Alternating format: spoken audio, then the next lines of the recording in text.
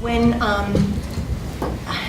he was in a unique position because he had been there to observe the entire genesis of the region, and he really knew all of the players, and he was able to track firms.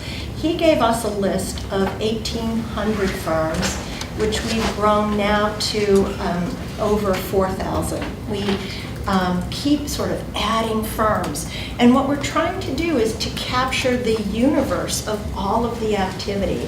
First company that we sort of officially start tracking is something called Troxler Electronics, and it was formed in 1957 by someone who had just graduated from the North Carolina State University.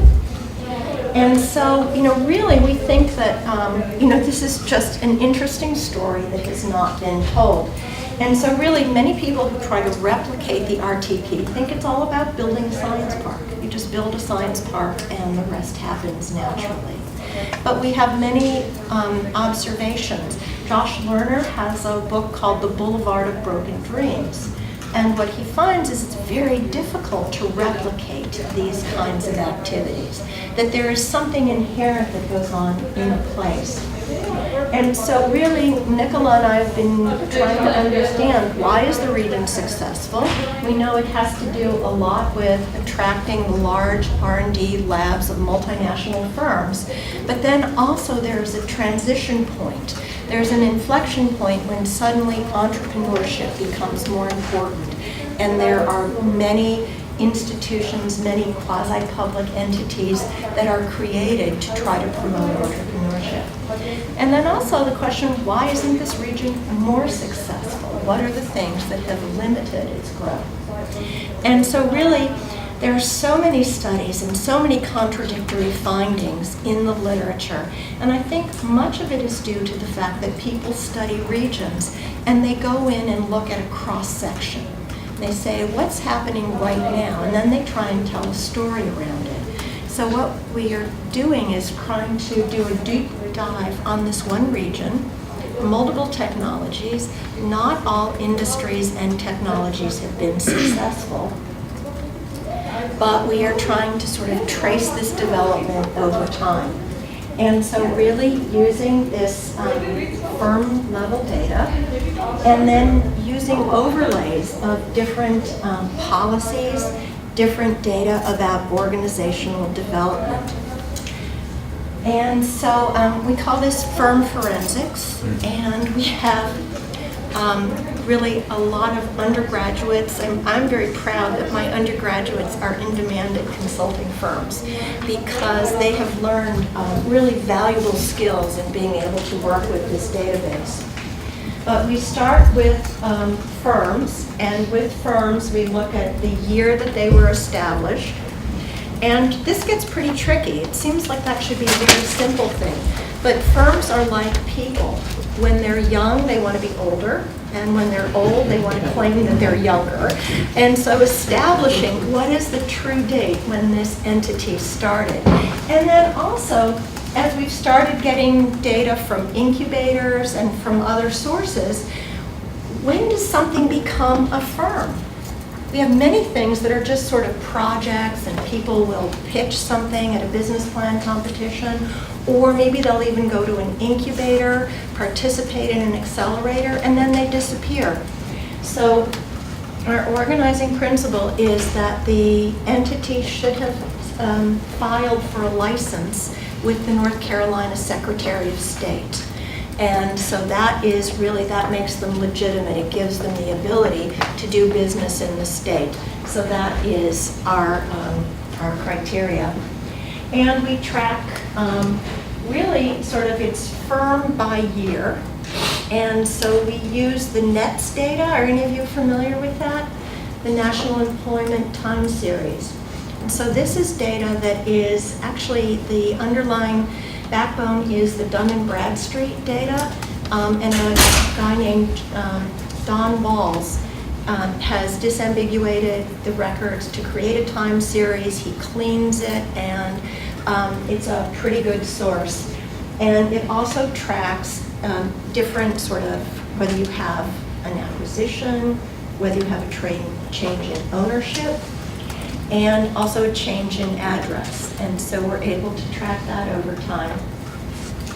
Then we look at annual firm events. So the funding that's been received from both private and government sources.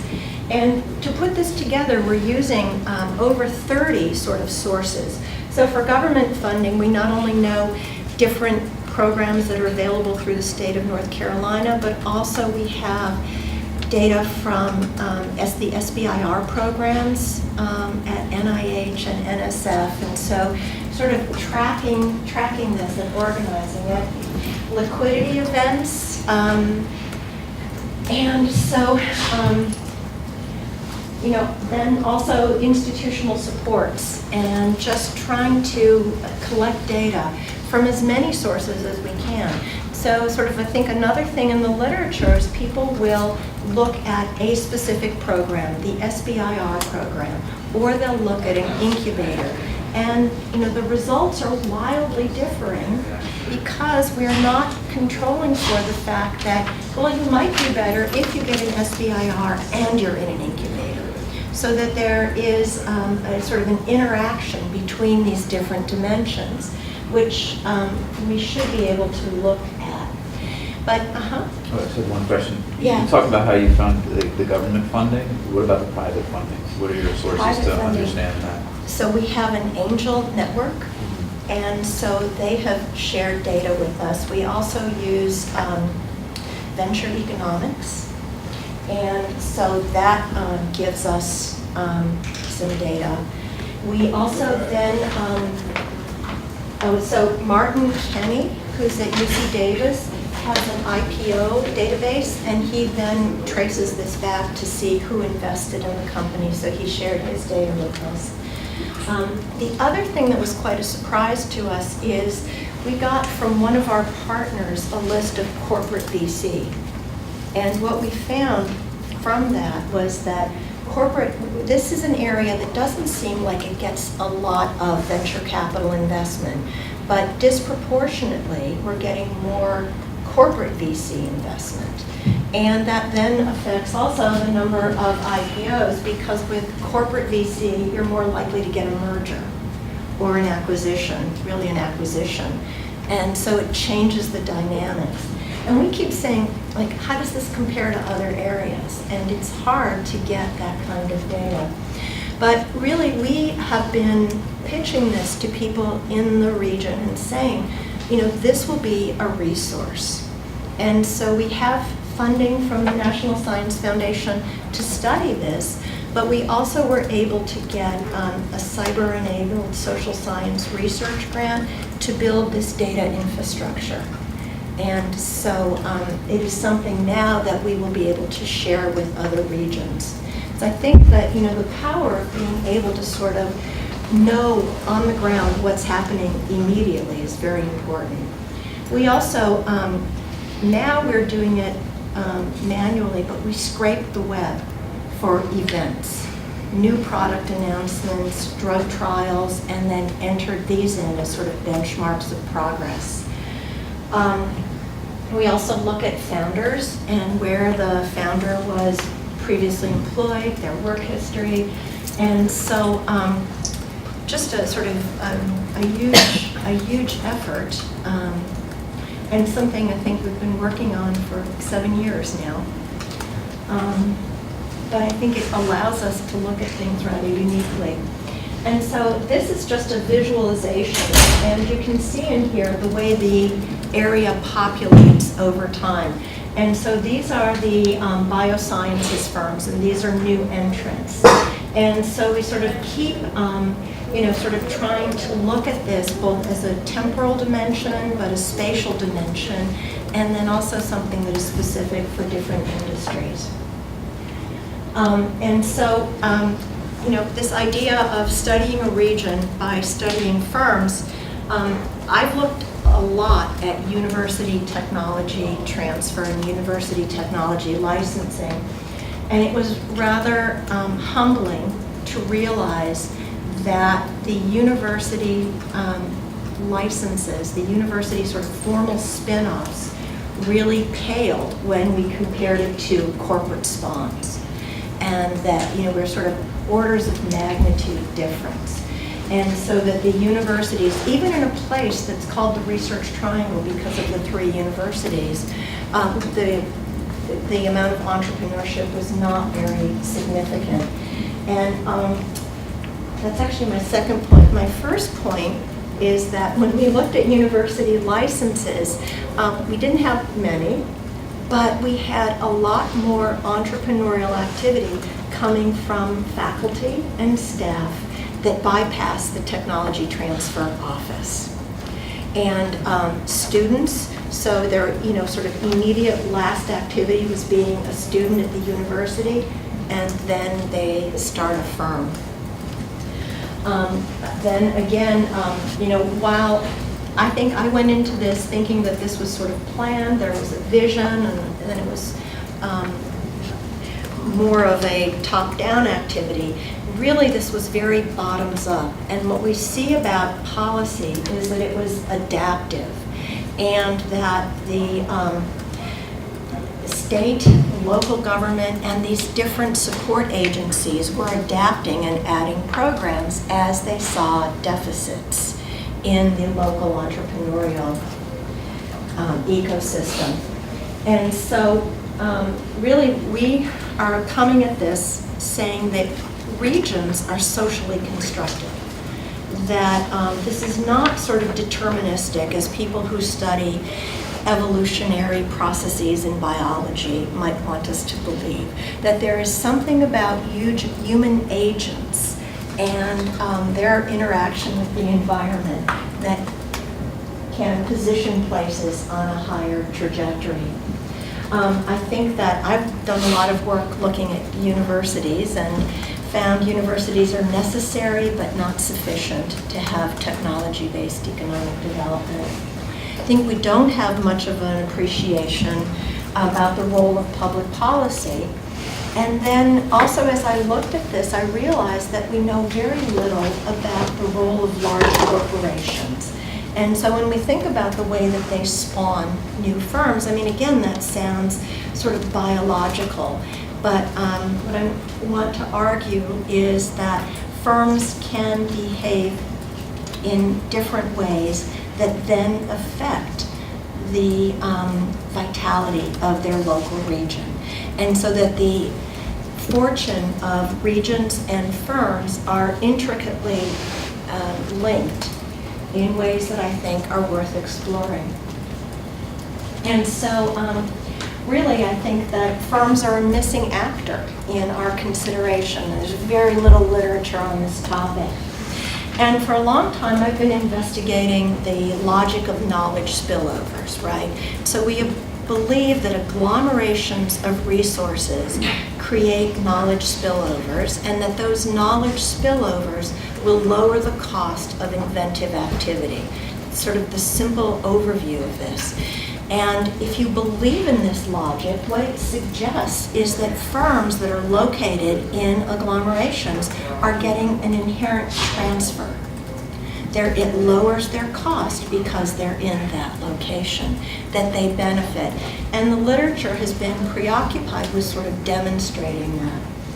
But I think that firms in a location can either behave opportunistically, they can say, I'm getting this transfer, so I'm going to take it, or they can be good citizens, they can be partners in building up the resources that create these agglomeration economies and knowledge spillovers. Make sense?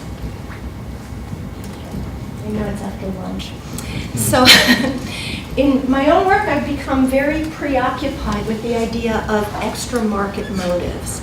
And I always like the example of Israel. So if you think that, a perfectly rational investor would not have invested in Israel in the 1940s, right? That was a very risky investment. But people did, and they did for extra market motives. And I think that we see this a lot in places that are able to reposition themselves. That having someone who's invested in a region, who takes a longer term perspective because they care about the place, because they're sentimental, they have another kind of a motive that really eludes our economic models. And so, Is there someone like that at RTP? Yes, there are a couple of people who are like that. One is the former chairman of GlaxoSmithKline as an individual. And I think when people tell the story of regions, they say, well, Silicon Valley is due to Fred Terman, right, who was the dean of engineering, and he provided space to Hewlett and Packard, his graduate students.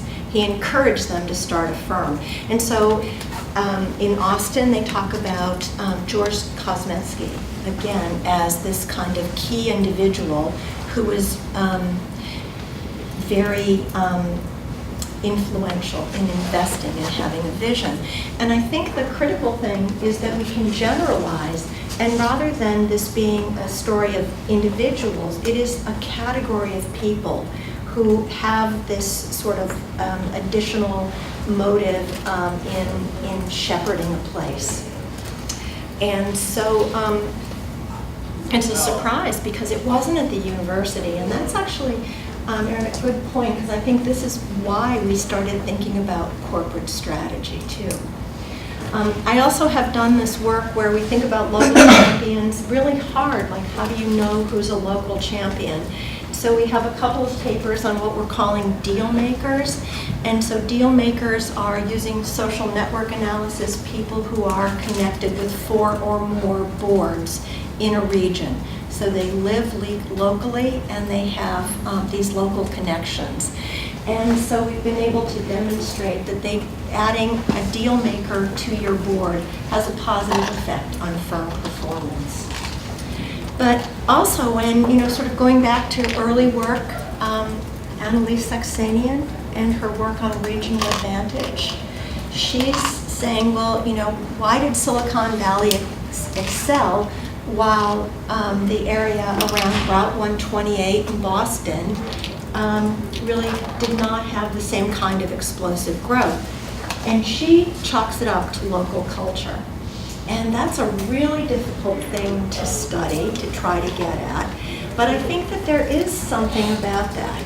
And that what happens in an area is that we get this replication of what are good practices.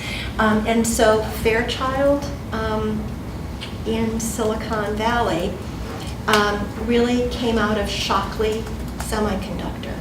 And so William Shockley won the Nobel Prize for his work on semiconductors, but he was not an easy person to work with. And so I think they call them the treacherous 7, left Shockley to form Fairchild. And so they then realized that another firm, someone left their firm with technology. And there's a wonderful, Robert Noyce writes about, they considered suing that new firm. But then they thought, will we be hypocrites? Because after all, we left Shockley. And just think how different Silicon Valley would be if you didn't have these family trees. They sort of thought like, well, no, it's good. It's good to populate the area. And Jane Jacobs writes about this in The Economy of Cities, that she said, that there is this practice of you learn through an apprenticeship, and then after that apprenticeship is over, an individual goes and starts their own firm. And that really is a way of establishing an industry. So I have 2 papers that I really like. And again, how do we get at what is a regional culture and what that looks like? Very, very difficult. And so I have a paper with Janet Berkowitz on academic entrepreneurship. And we were looking at who in a medical school filed an invention disclosure. And so, are you familiar with this process? So it's actually the law, and any scientist who has federal funding is required to disclose their potential invention to their Office of Technology Licensing. And then that technology disclosure invention report becomes then the basis for filing a patent. And so it is the first step. And what Janet and I noticed, looking at both Duke and Johns Hopkins, was that there was a concentration of this activity in certain departments and among certain cohorts.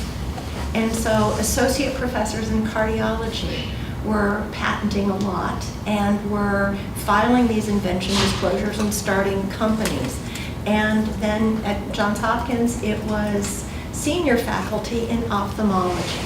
And so what was going on? And so we tried to explain this because we had records that would allow us to look at it. With Serden Osken and Toka Reichstag at Copenhagen Business School, we were able to do a survey. So the Danes have really great data. And so they have registries where they follow individuals. And so we were able to do a survey of organizational practices at not large multinationals, but large firms, large employers, and divisions of large employers. And then we were able to follow people who created new firms, entrepreneurs who've been previously employed at those same places. And we find that practices transfer, so that when an entrepreneur sets up a new firm, there's so many decisions to make that they default to the practices that they learned from their prior employer. Now, the data's good in Denmark, but the geography is not very interesting. So we really can't look at regional variations. But, I think this idea of sort of how do you learn how to conduct business and what are the prevailing practices really does vary by region. And so the firm that we've looked at the most is SmithKline, and so GlaxoSmithKline. And so we're able to follow it over time through various mergers and acquisitions and restructuring. And so really, this idea of when Glaxo first came to the RTP in the mid-1980s, their headquarters were in London.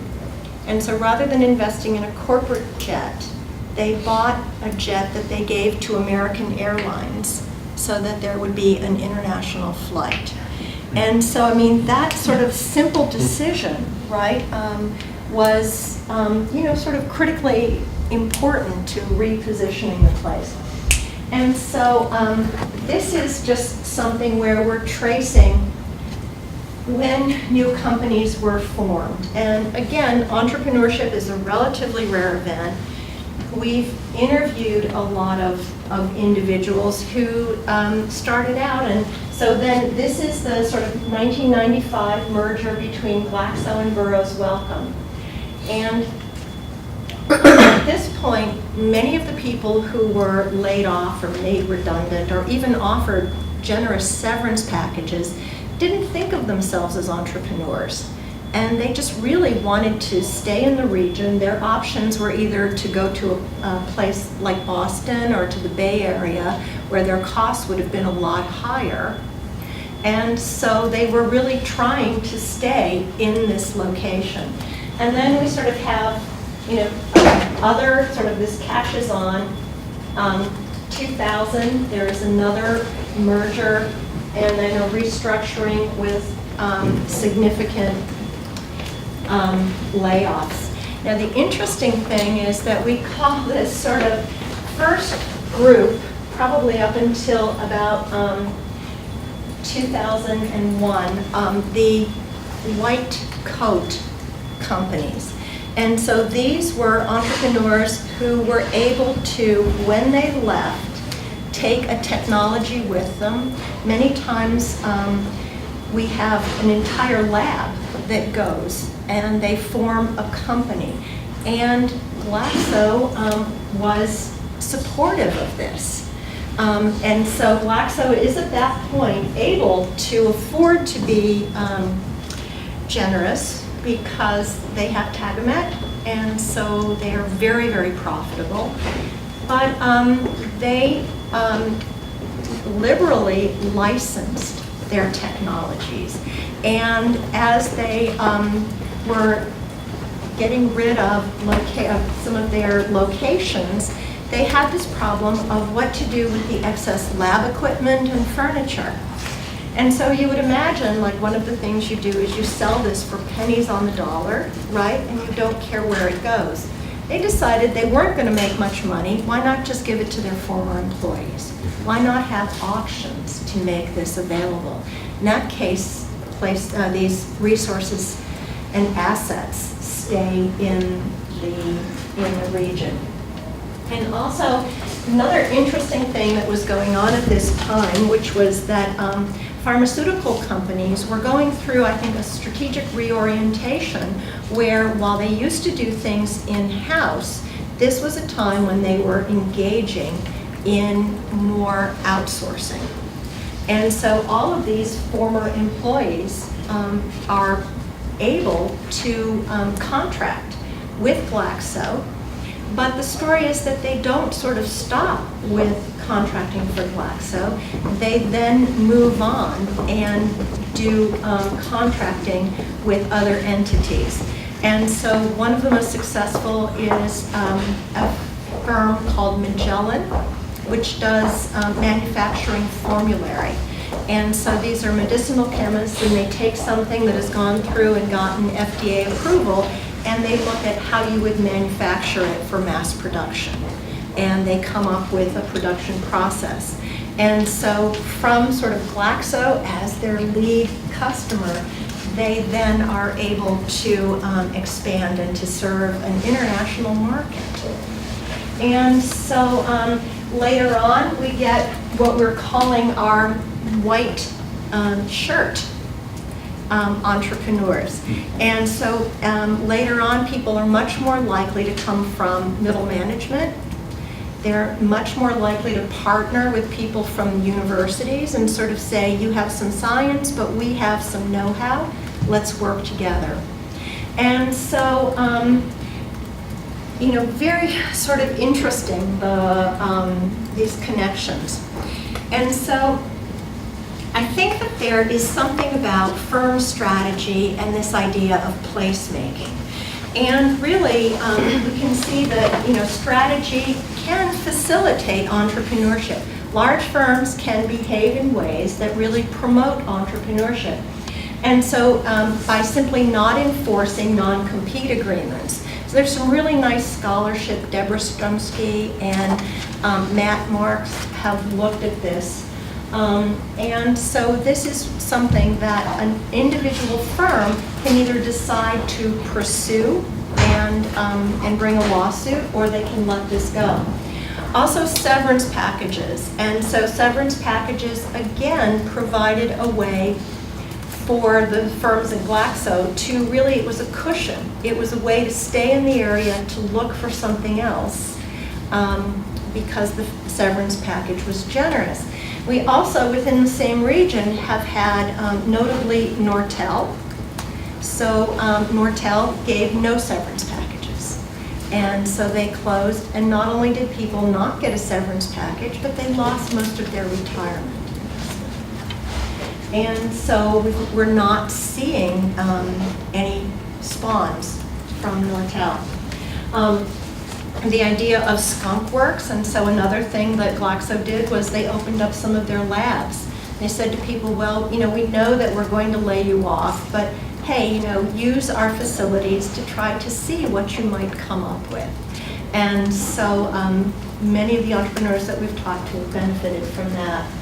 The idea of liberal licensing, we're not going to pursue this product line. Your group worked on it. If you'd like to license it, then please take it. Again, the sales of assets. We interviewed an entrepreneur who told us that people got very good at getting mismatched furniture and painting it. There was this sort of like, okay, here's what you need to do, and just spray paint and then it will look fine. And then also these subcontracting agreements. And now, again, you'd say subcontracting, well, that's really good to have your former employer be your first customer. But what we witness with IBM is that while IBM has laid off a lot of employees, when they hire people back, they want them to almost be dedicated to doing IBM work. So they don't have the bandwidth to look for other customers, to look for more general products. And so, it just suggests to me that, well, there is maybe something harder to get data on corporate strategies. And so we're able to find evidence. We know what severance packages are. We see this evidence of licensing. But then it's hard to set up this counterfactual case, except to say we know it exists. And so, well, at a business school, what is strategy? Right? I have fun asking people this, and no one's going to bite. Mostly what I get is a regurgitation of Michael Porter's, right? Strategy is finding some competitive advantage for your firm, either through lowest cost or product differentiation. And that is a definition that Porter was writing about his 5 forces in 1989, and that was sort of really how a firm positioned itself relative to its external environment. And that has become sort of the prevailing way we think about what corporations do. And even when Porter writes about clusters, he sees the most operational fact as being localized competition. Yet really when we look at sort of what goes on within local communities, what we see is that there is a lot more collaboration, there is a lot more institution building, and not the kind of competition I think that Porter writes about. So I'm old enough that I remember Andrew's definition. That was the prevailing definition before Porter, and they were colleagues at Harvard Business School. And so rather than saying it's just about how you position yourself vis-a-vis your competition, Andrews was saying it's really about the pattern of decision making, and it reveals the economic and non-economic contribution that an organization makes, just not to its shareholders, but to what we would consider stakeholders. And one of those was local communities. So that's a much more sort of inclusive view of what corporations are about. And then he goes on to say, develop material wealth in our society that makes possible civilization and makes our life worthwhile. And so, I think just comparing and contrasting those two definitions are pretty instructive. And I think that this is a movie from 2012, sort of Detroit and dystopia. And now there's a lot written as Detroit making a comeback. But two things I think that are very fascinating about Detroit. And that is in 1920, before the Great Depression, Detroit had more millionaires than any city in the U.S. And in 1960, Detroit had the highest per capita income in the United States. And so, the story of Detroit is really one of these places where it's really the Detroit and the automobile industry. That really it's sort of the interaction is so tight that when I say Detroit, you think automobiles. When I say Hollywood, you think the motion picture industry, right? And so I think that there are these relationships. And so we tend to blame, and there are so many accounts of what happened in Detroit, and people say it was the unions. It was lousy city government. It was the fact that the city didn't annex the suburbs and should have had a regional government. Nobody really says, wait a minute, the automobile companies stopped making products that Americans wanted to buy. And the automobile companies also did not reinvest in Detroit. And so that location, which had provided an advantage to them for a long time, became something that was a throwaway. And I think in this literature, we have this preoccupation, and there are just so many papers on, do firms benefit from location? Does a firm benefit from being located in an agglomeration of similar firms? And I think it would be interesting to just turn this question around to say, how do places benefit from the actions of firms? And how does this contribute to the vitality of a place? How does what a firm does really affect the prosperity of a place?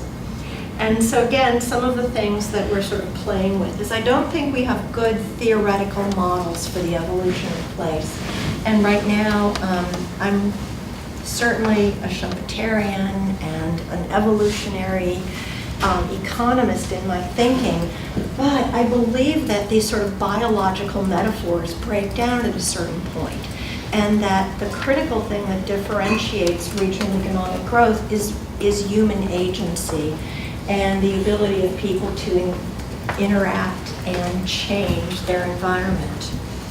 And so I think that when we think about economic development practice, we don't appreciate that large firms can be partners in economic development. There's a whole strain of literature on corporate social responsibility, and that's almost sort of an add-on, right? It's certain kinds of activities that a firm engages in. But it seems to me that firms can do a lot more. So simply by offering educational benefits, by providing career ladders to workers, what they're doing is creating these sort of virtuous cycles of prosperity, the things that economic development is ultimately concerned about. And it just seems that government is given this sort of burden. We don't feel government is able to do very much. But what government can do is really incentivize better corporate behavior. And I guess sort of the last thing to leave you with is that it's my hope that by having this sort of data that allows us to track what is actually happening with firms, to look for patterns, to look for sort of new developments, that we can really do a better job of assisting the development of regions. Thank you.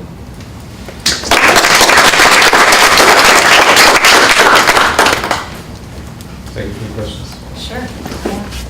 Yeah, you've all been really quiet. I'm used to like rowdy undergraduates. Ask a lot of questions. Can you give examples of public policy innovations? You talked about that in an earlier slide, where you said there were some, the government or the agencies adapted to the needs and came up with better regulation. Do you have examples? I do, and so one that we've written about extensively is the North Carolina Biotech Center, which came into existence in 1982.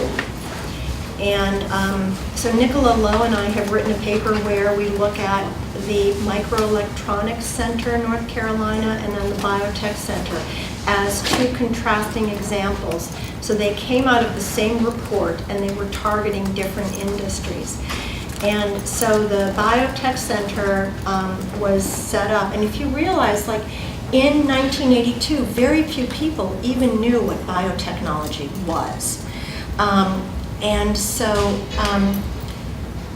there was this belief that this was going to be big, right? And I mean, in 1982, the Cohen-Boyer patents are granted in 1982, right? The Bayh-Dole Act, which allowed universities to license their technology, is 1980. And so this vision of creating this entity. And so we sort of interviewed people, so they had this mandate, and they knew they couldn't compete with the universities. So the first thing they did is to say, well, who at the universities is doing biotechnology? And a very thin group. So the first thing that they did was to put in an eminent scholars program. And the eminent scholars program allowed them to really buy people to come to the university.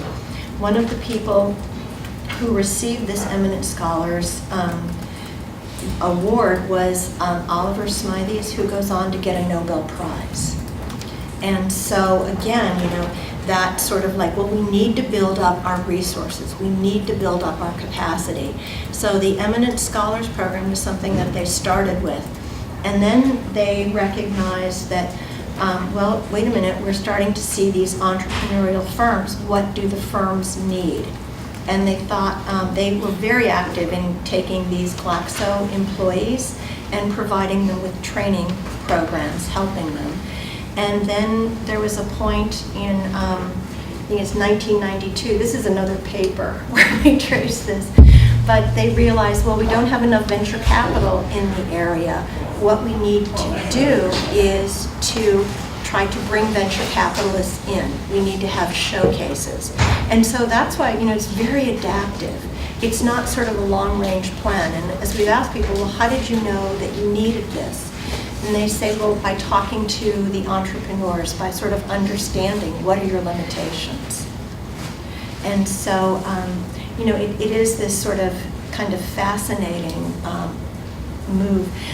Oh, in that paper, so, again, how do you demonstrate causality with this? The clearest case that I have is that at one point, and I'm not going to remember the year, but the Biotech Center started giving stipends to help people apply for patents, and the number of patents skyrockets. And so, that is just this sort of demonstration. And then I think what happens is with that little bit of government seeding, it's like, wait a minute, you applied for a patent? How did you do that? And then there is this sort of diffusion and dissemination. So, I was saying earlier, I think we probably have a book, like we're writing these different chapters, and then the story is complicated, but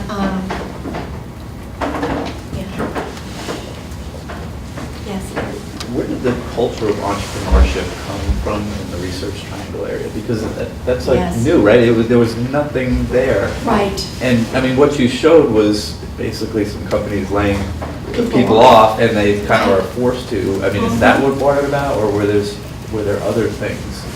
I think it was necessity, honestly. And again, Robert Noyce has this beautiful piece that is called The Accidental Entrepreneur. And he writes that when he was working at Shockley, that he just didn't want to stay there. He had moved his family from the East Coast to the West Coast, and there he was, and he had young kids, and so he had to do something. And there were no other places where he could work, and so he just sort of did it, right, to start this company with his friends. And so, I mean, I think that this is a fascinating question. As we've talked to people, and we've done a series with the Glaxo people, what we've called salons, where we've invited different classes, people who were laid off at different time periods. And they tell us these stories about, we were scared to death. We just didn't really know what to do, and so we just sort of started it. And then someone said, you're being entrepreneurial, and we thought, really? What does that mean? And so, and I think that's very different than what we're doing now, where we're encouraging this sort of, think entrepreneurially, which I think there's something about sort of thinking differently. But I think that this group of people had a high level of human capital, and they sort of knew, they understood the business, the markets, and so that positioned them well. And really, I think that there is this, there's a whole different story about the ICT industry. And we thought we would tell them at the same time, but then we thought, no, they're different enough and they're rich enough. But I guess Janet Berkovitz and I, when we were looking at university entrepreneurs, we had something we called the Porsche effect. We had the Stanford effect, which is that if you went to Stanford University and had an academic job at either Johns Hopkins or Duke, you were much more likely to be engaging in this behavior. And the Porsche effect, we could never prove because we couldn't get DMV records. But someone said, I noticed there was a Porsche in the parking lot. And I thought, well, that's unusual. Whose car is that? And then, well, it's so-and-so's. He started a company. And then, this is the direct quote. The guy said, I'm smarter than he is. If he could start a company and get a Porsche, certainly I could do it, right? And so I think that there is this sort of combination. But the underlying question of how culture changes is just fascinating. I think the Washington region, in my sort of look at this, there was a lot of downsizing. And again, I think like the policy implication I hate, which is that downsize corporations or downsize government and you'll free people to pursue entrepreneurial activities. That's not enough. But when the federal government downsized, they also were, you have to still do these functions. So they hired back a lot of the people that they had previously employed. And then I think it is that, at a certain point, there is an entrepreneurial thinking that takes place. And so while it's very uncertain how to start a company, that you learn from people, from peers, what might be possible. Last question? Or Larry? Quick comment question. You talk about economic models not being able to incorporate these extra market motives. I just note that some economists are trying to do that, and they Yes. use this phrase relational good Yes. as a way of doing that, so maybe there's hope in the future. Right. My question is that Research Triangle seems to me unusual in that it's in a non-urban area, whereas we generally associate clusters with Silicon Valley, Washington, Boston. Right. Any thoughts on how it works differently or why this is unique? Are there any other technical clusters that are in essentially non-urban areas Well, of and this so- magnitude? And so Austin, Texas, very similar, right? In that, Austin is not a first-tier city, although it's really developing. Yeah. So I think the Austin story is going to be very, very interesting to look at. San Diego, and Mary Walshuk has looked at San Diego a lot, but San Diego was, sort of a sleepier place with a naval base, right? But even Silicon Valley, I have a Sunset magazine article from 1965, and Palo Alto was quite sleepy, yes. And it is the, sort of the place where the university has benefited a lot from the development. I think, there's a debate going on right now. There was just recently a paper, it's an NBER working paper, and what they find is that over time, more inventors are living in small and medium-sized cities. And so, what do we attribute it to? We really don't have, can't make causal statements. But New York has never been kind of a place of a lot of inventive or entrepreneurial activity, and they're trying to change that. But, it's sort of this pattern and this sort of regularities are interesting to look at. Yeah. I'll take the privilege of asking the last question, and since this is part of the Business in the Capital lecture series, we have, as we're listening to you, we're thinking, okay, so who's the big unit here in Washington that's spawning off lots of startups? And the one that comes to mind is not necessarily a corporation, but rather NIH. Yes. But now that you're a part-time resident in Washington, what do you think? Who's spawning here? That's a very interesting question. And so, I think that initially people came from the federal government, right? And NIH, there were a lot of credas that kind of seeded that Gaithersburg area. MCI, I think, has created a lot of entrepreneurial spawns. And, I think that the federal government is still doing a fair amount, right? I mean, it's a very interesting question, and this is kind of a unique region in that regard. So to your point about, sort of Raleigh as a state capital, so is Austin. And what that means is that your downturns, sort of cyclical downturns in the economy are not felt as severely. And if you can work with state and federal government as a customer, you're insulated a little bit. So. Well, please join me in thanking Maryann Feldman